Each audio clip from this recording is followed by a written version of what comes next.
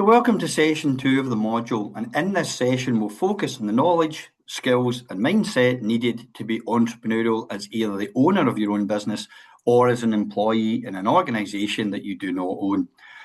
Knowledge is the theoretical understanding of expertise needed to operate in a specific industry or field. This is the what you know, and it includes formal education, research and industry insights. Skills are the practical abilities and competencies used to perform tasks and achieve goals. They represent the how you do it, and they're developed through practice and experience. Mindset is the attitude, belief, and psychological characteristics that drive behaviour. This is the why you do it, and it defines an entrepreneur's approach to challenges and opportunities. And throughout this session, we'll discuss theoretical models of some of the most important entrepreneurial qualities, and through discussion and activities, we'll gain insight into your own areas of strength, whilst highlighting attributes which you need to develop and identifying ways in which you can do this. And just a reminder of assignment 1 for the module of what's required. For the group assignment, you're expected to apply appropriate tools and techniques to a problem of your choosing, which addresses one or more of the UN Sustainable Development Goals. And this is the marking grid for assignment 1 for the module, and you're advised to ensure that all elements here are adequately addressed in your final submission in order to make sure that you don't miss out on any marks. And this template has been provided to help you with your submission for assignment 1, and it can be accessed on the virtual learning environment. And if you use this template, then you can make sure that you'll cover all aspects of the assignment. And just a reminder of assignment 2 for the module. Here you're required to think about the idea presented in the group assignment, and from this reflect on your own individual entrepreneurial qualities in order to determine how well equipped you would be to take advantage of that opportunity. And again, the marking grid for this assignment is available in the virtual learning environment. And again, you should be making sure before you upload your submission that you've covered all aspects of the marking criteria. And again, a template for this assignment is available on the virtual learning environment to make sure that you don't miss out on any marks. So in terms of learning outcomes for this session, by the end of the session, you should be able to explain the range of skills and traits which entrepreneurial individuals use to create value. You should be able to apply theories of entrepreneurial attributes in order to determine your own capacity to be an entrepreneur or an intrapreneur. And you should be able to reflect on your own ability to improve your entrepreneurial knowledge, skills, and mindset in practical terms. And in order to get the most out of this session, the insights that we'll gain will be directly aligned to the individual assignment for the module, and you'll need a paper and pen to note down relevant reflections on your entrepreneurial qualities, which you can then use directly in your submission. So moving on to look at the different aspects of skills. Entrepreneurial attributes, sometimes also called entrepreneurial competencies, are basically descriptions of behaviours, attributes, traits and skills that individuals need to perform their work effectively and achieve the required outputs, which can then be assessed against performance criteria. They offer a language which describes effectiveness in a business or an organisation, and they provide a reasonably consistent way of assessing people. However, it's important to remember that this is really just a subjective measure and it's not the actual truth. It's better to think of these competencies as a best guess. These qualities can be grouped into 2 categories: hard skills and soft skills. And these definitions highlight the key aspects of each. Hard skills are teachable and measurable abilities that are specific to a certain job, task, or role. They're often quantifiable and can be acquired through formal education, training, or on-the-job experience. Soft skills are personal attributes, behaviours, and social attitudes that enable individuals to interact effectively with others in a workplace or a social environment, and they're often transferable across different jobs and industries. Whilst hard skills are the technical abilities and knowledge specific to a job, soft skills are the interpersonal and social abilities that help employees collaborate and thrive in any work environment. In industry, we need to develop a wide range of hard and soft skills in order to get the most out of our efforts. And throughout this module, we'll be looking at examples of the specific skills needed in business and how to develop these skills. So let's now look at some of the models of entrepreneurial attributes. As we work through these, we'll reflect our own strengths and weaknesses in these areas using the Likert scale developed by American social psychologist Likert in 1932. So a Likert scale is commonly used in surveys and questionnaires to measure people's attitudes and opinions or perceptions towards a particular statement or question. Instead of a simple yes or no response, the Likert scale provides a range of options balanced around a neutral point, allowing you to indicate the degree to which you relate to a particular score for a particular quality. This provides us with a useful tool to analyse our own personal strengths, qualities, weaknesses, and areas of development, which focus on entrepreneurial knowledge, skills, and mindset.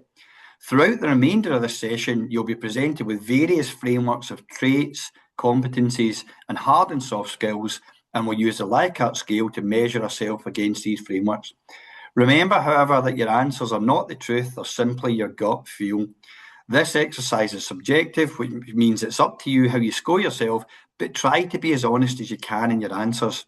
And we'll look at how we can develop capabilities in these areas in later sessions of this module, and we'll discuss these models and what they mean for you throughout the tutorial sessions for this module. So entrepreneurs are responsible for overseeing and supervising a company's activities and employees. Business managers report to top executives in a larger organisation, but in a small company, the manager might either own the company or report directly to the owner. In many businesses, the role of business manager may grow out of a small business owner's desire just to shed some of the multiple roles mentioned above in order to focus on specific aspects of company expansion or market penetration. The business manager for a time may share duties with the owner as the owner gains trust in the business manager. Ideally, the business manager and the owner work together closely to ensure that the business of running a successful business is attended to. This can often be a process of the owner giving up the functions for which there is a disadvantage for his or her continued involvement. But whatever the context, entrepreneur or intrapreneur, whilst not every individual possess all of these attributes here, the key characteristics they need to be successful are as follows. First, we have risk-taking. Then we have resilience, collaboration, leadership, communication, problem-solving, creativity, innovation, resourcefulness, agility, opportunity spotting, enthusiasm, management skills, technical skills, coachability, focus, work ethic, confidence, positive outlook, business skills, and digital skills. As we'll come to see, a key entrepreneurial attitude or attribute from this list is resourcefulness. This is sometimes called being entrepreneurial, and this refers to the ability to overcome challenges through skills, experience, ingenuity, and creativity. And it's often driven by a lack of available resources. The more entrepreneurial strengths from this list that you possess, the more internal resources you'll have at your disposal, and therefore the more resourceful you are. You can learn more about this area by referring to the research paper that's available to view on the virtual learning environment. Again, just a reminder of this concept of affordable loss and its sister concept of acceptable failure.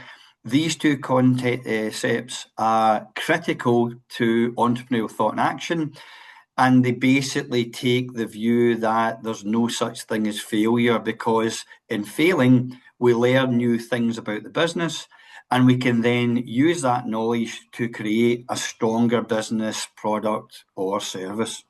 So that's an important concept to bear in mind around entrepreneurial thought and action.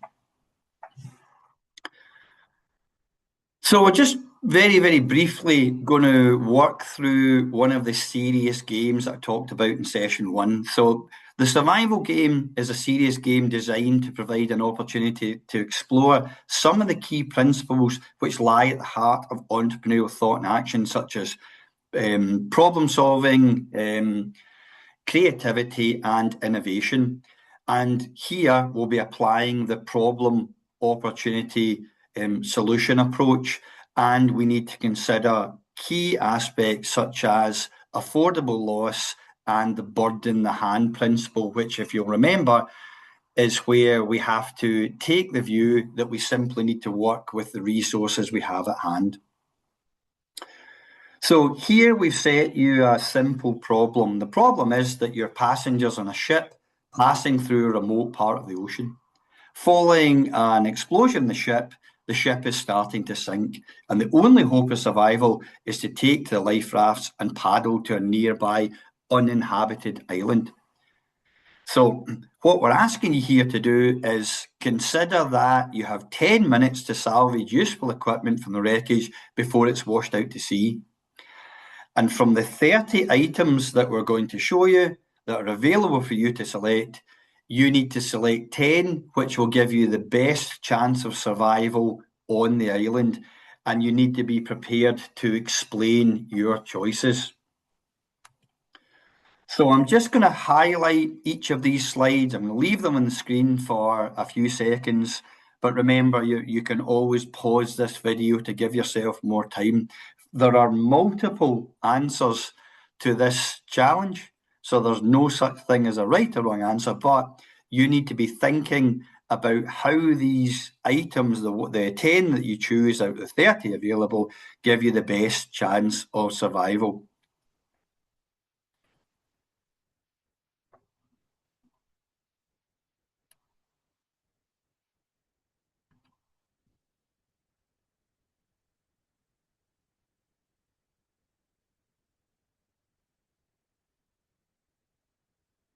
So here you should be considering which of these items could be useful in a variety of contexts.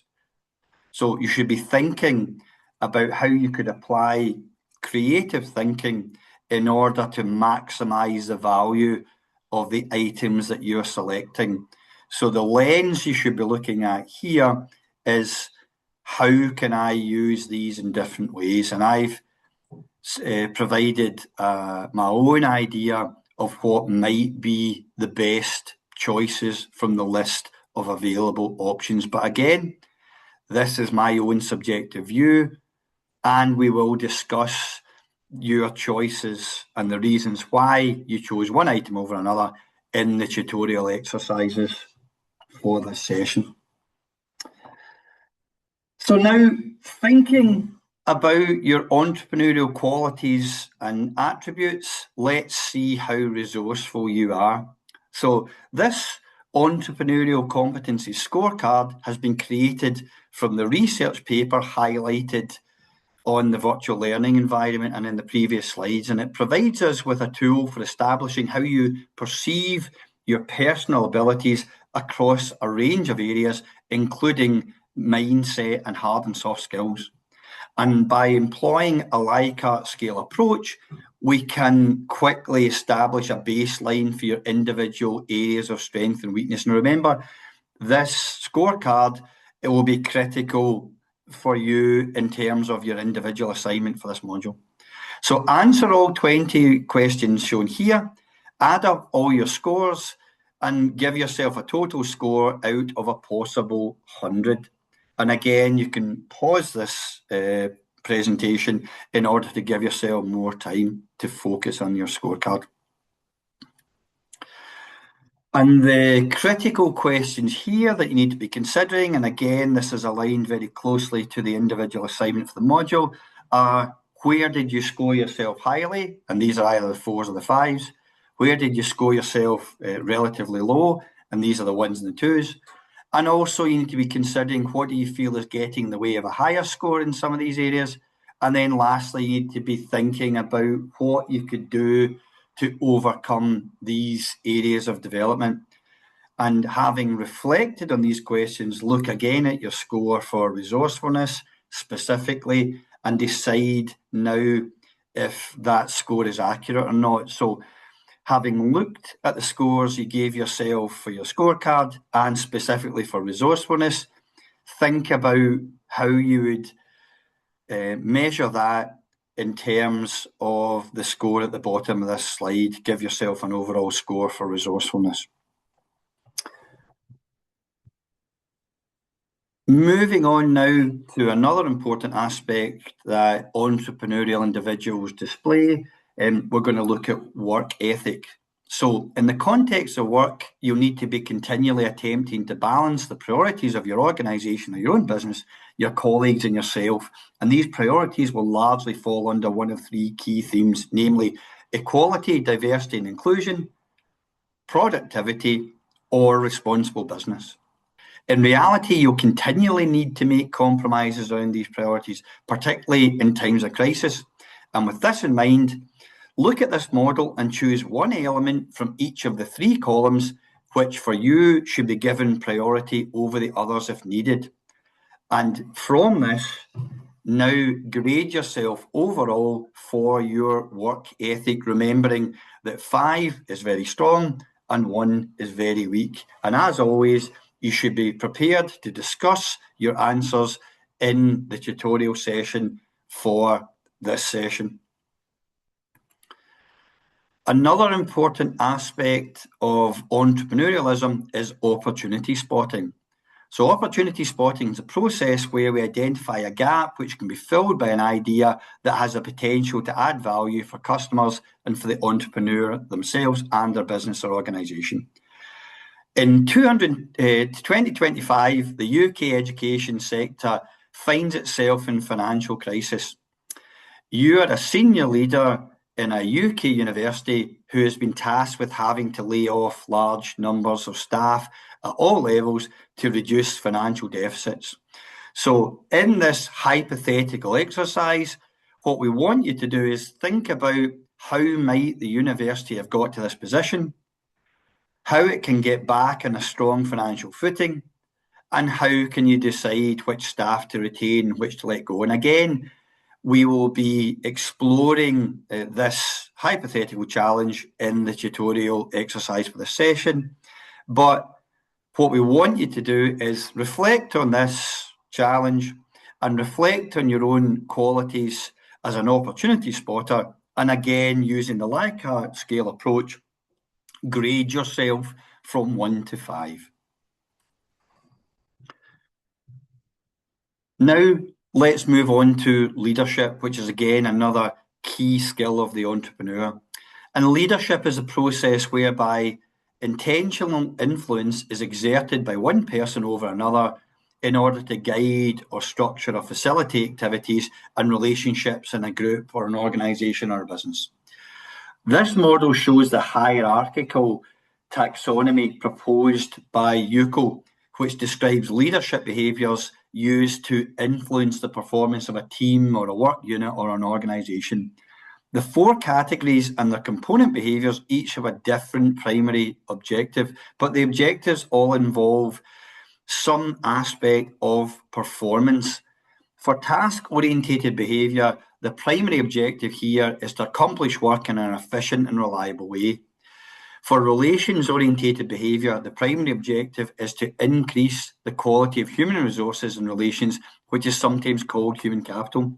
For change-orientated behaviour, the primary objectives are to increase innovation, collective learning, and adaptation to the external environment. And for external leadership behaviour, the primary objectives are to acquire necessary information resources. So, what we're asking you to do here is reflect in this model on your own qualities as a leader and choose one of these leadership styles on the left, which is closest to your preferred style of behaviour as a leader. We also want you to choose one skill on the right, which your chosen style uses as a core strength. And then think about a specific example of this in practice. And having done this, then grade yourself using the Likert scale overall in the context of leadership.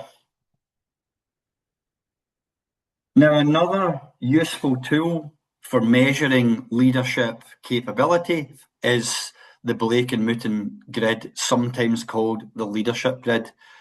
Management is a function of coordinating and overseeing the activities of others in order to make sure that the organisation works efficiently and effectively.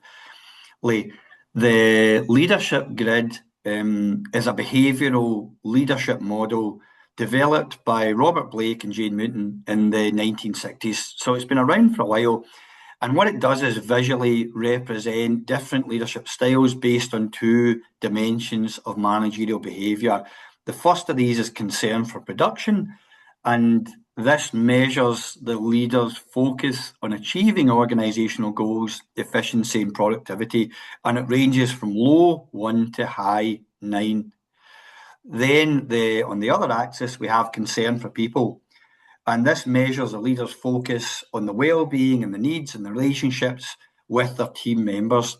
And it also ranges from low 1 to high 9. And by plotting these two aspects on a 9x9 grid, the model identifies 5 basic leadership styles, namely impoverished management, authority compliance, country club management, middle of the road management, and team management. And we'll discuss these different styles in more detail in the tutorial session. So the question here is, thinking about concern for production and thinking about concern for people, where would you, under normal circumstances, plot yourself on the leadership grid? And again, remember, this is just your best guess. And in order to be an effective leader, we need to be really thinking about the end result for the leader and the manager. And the end result for the individual in charge of an organisation or business ultimately must be to improve performance of the organisation. But how do we measure this? Do we set objectives? Do we set targets and milestones which measure success by high profits and employee job satisfaction or share price, or are there more appropriate measures for this? At the heart of successful management leadership are the concepts of effectiveness and efficiency. And to deliver on these aspects, we need to be thinking about having a good strategy for the organisation or business. And if the strategy is implemented well, we'll deliver in terms of both effectiveness and efficiency. But what do these terms really mean? Well, according to these definitions, effectiveness is the degree to which objectives are achieved and the extent to which targeted problems are solved. In contrast to efficiency, effectiveness is determined without reference to cost. Efficiency, on the other hand, is the state or quality of being efficient or able to accomplish objectives with the least waste of time, money, and effort. And we'll look at how we measure this in later sessions of the module. And just in order to get you thinking more about effectiveness and efficiency in terms of leadership and management, look at the main competencies listed here that employees from the research say they want in a manager. So the top 10 attributes that employees tell us they're looking for are listed here. But what are the top 3 from the list according to the research? So think about this list and pick the top 3 in your opinion. Again, you can pause this recording in order to give yourself more time before we reveal the answer.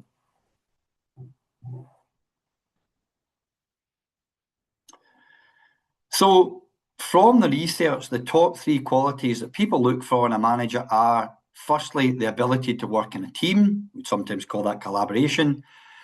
Secondly, the ability to verbally communicate with people. That's communication.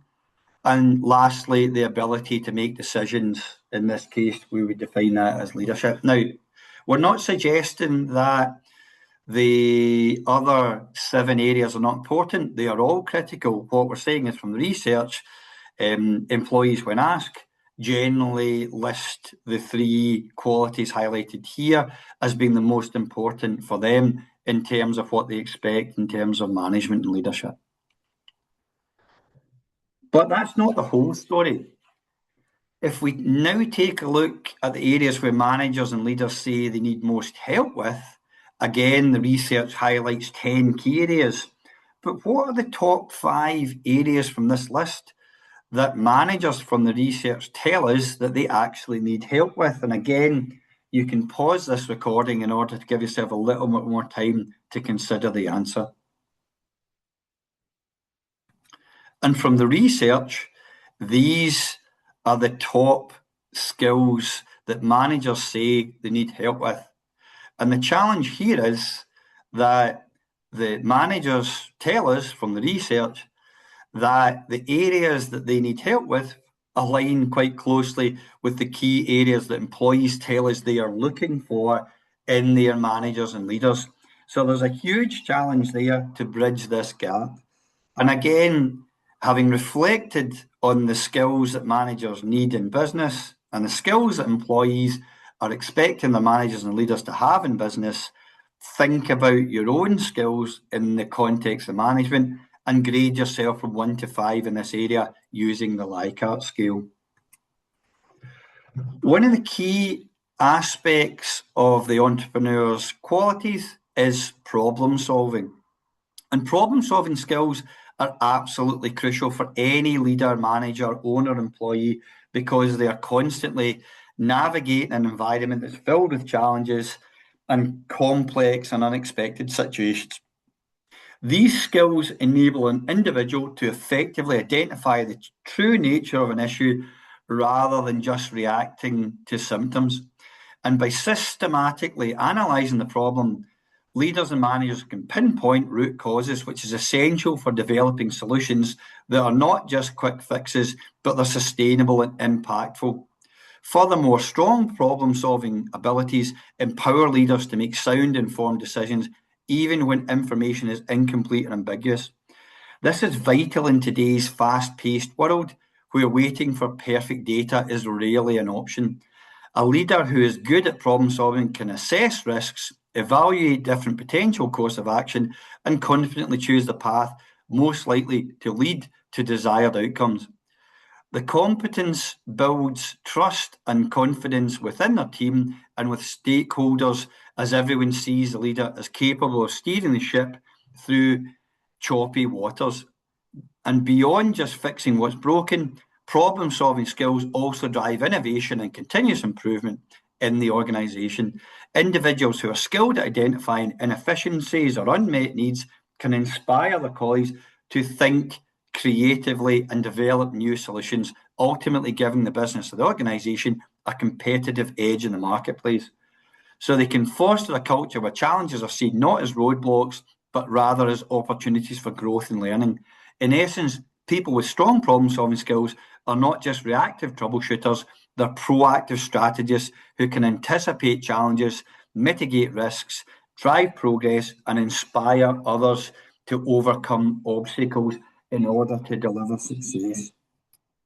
So let's now look at some problems in order to give you an opportunity to reflect on your problem-solving abilities. So these problem-solving challenges are just simple exercises designed to provide this opportunity for you to think about how you operate when faced with simple problems. Logical problems, in this case, have a predictable solution, and we can arrive at that solution by adopting a systematic approach which is grounded in reason. And this slide is an exercise which focuses on a logical problem. So the question here is, in which direction is the bus going? And again, I'll give you a few seconds just to reflect on that. And in this case, the answer is that the bus is travelling from right to left. So if you look at the bus, you'll see the doors are not visible. This means the passengers would get out of the bus from the opposite side. And since the yellow bus is clearly an American school bus, we don't find buses like this normally in Europe, then they drive on the right side, which means that the bus is travelling left. This problem, again, has a logical solution, but it also requires some creative thinking or out of the box thinking in order to get to the answer. So the question here is, how can we remove 6 matches to make 10? And again, I'm going to give you a minute to think about that.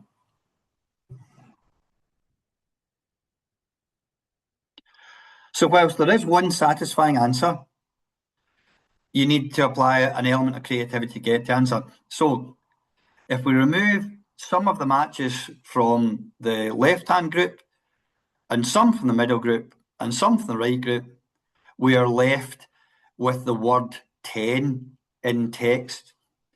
So that's a logical solution that requires some creative thinking.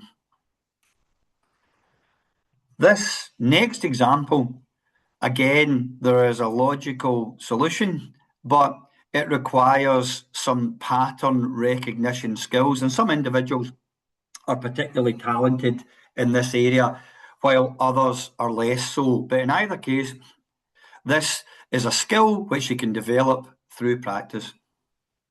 So the question or the challenge here is, look at this slide. Again, you may have to pause it. And the challenge here is to find the panda. And again, I'll give you a few seconds to look at that.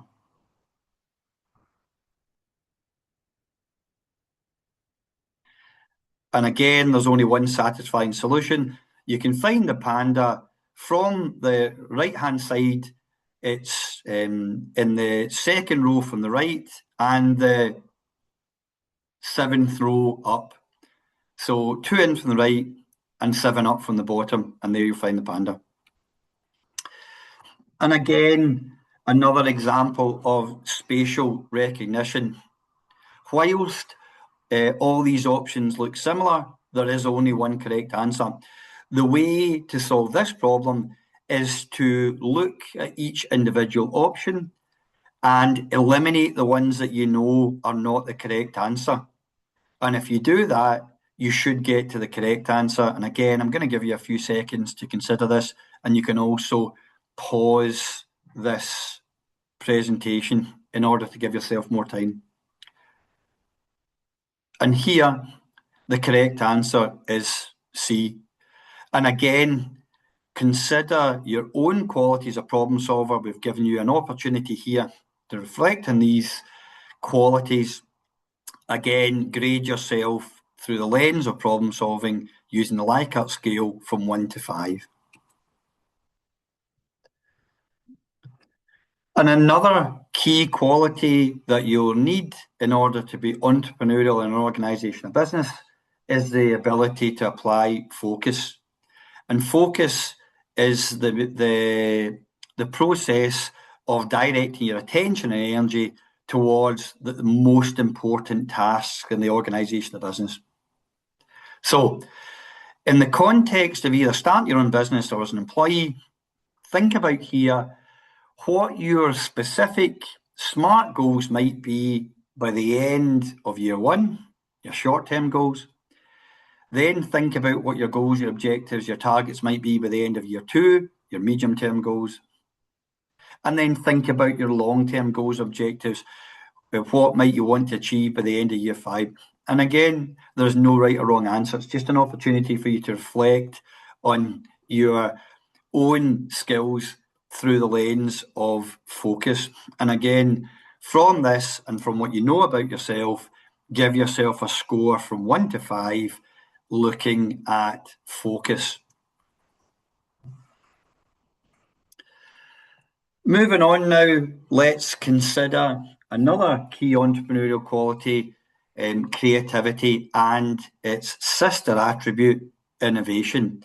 There are lots of definitions out there about creativity and innovation, and they both go hand in hand. Simply put, creativity is the tendency to generate or recognise ideas, alternatives, or possibilities that could be useful in solving problems. And innovation is the ability to conceive, develop, and deliver new products, services, and processes for customers. So this exercise is designed to give you an opportunity to apply your creativity in order to come up with something innovative. And we will apply this exercise, we'll attempt this challenge in the tutorial for this session. However, what I want you to be thinking about now is how would you grade yourself in terms of creativity and innovation, the ability to come up with ideas of value and to apply them. Where are you on the Likert scale of 1 to 5?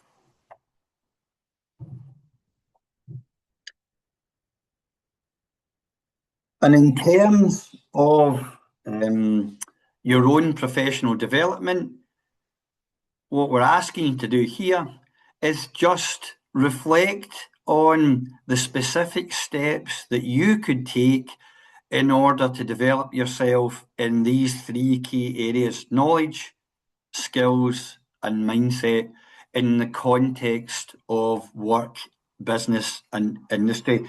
Again, there's no right or wrong answer to this.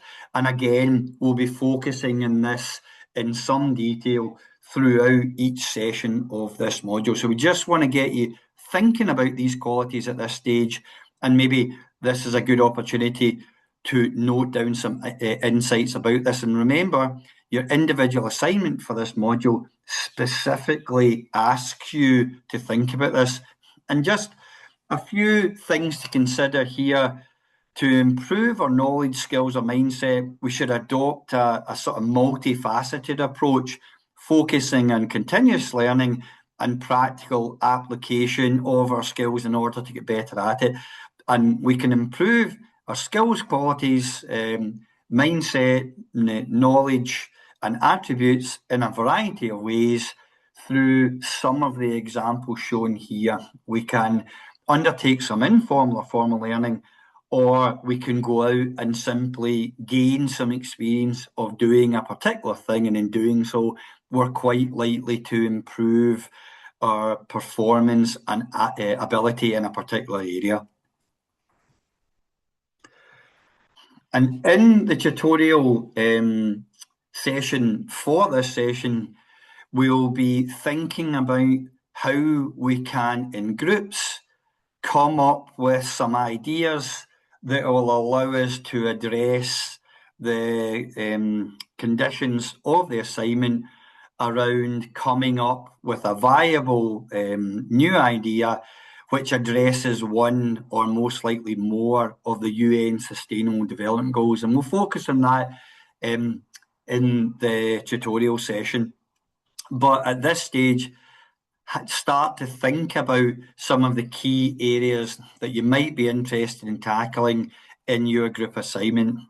And we will work through this challenge in the tutorial session, but you can get started early, get ahead of the game by considering this question here in order to start ordering your thoughts and start to think about how we start to identify barriers and how we start to develop strategies which are capable of overcoming those barriers. So I hope that's given an overview of this unit and this session, and it's allowed you to start thinking about your own qualities as an entrepreneur or an entrepreneur, and also how you can use the insights from this session in order to start addressing the criteria in both your individual and your group assignments.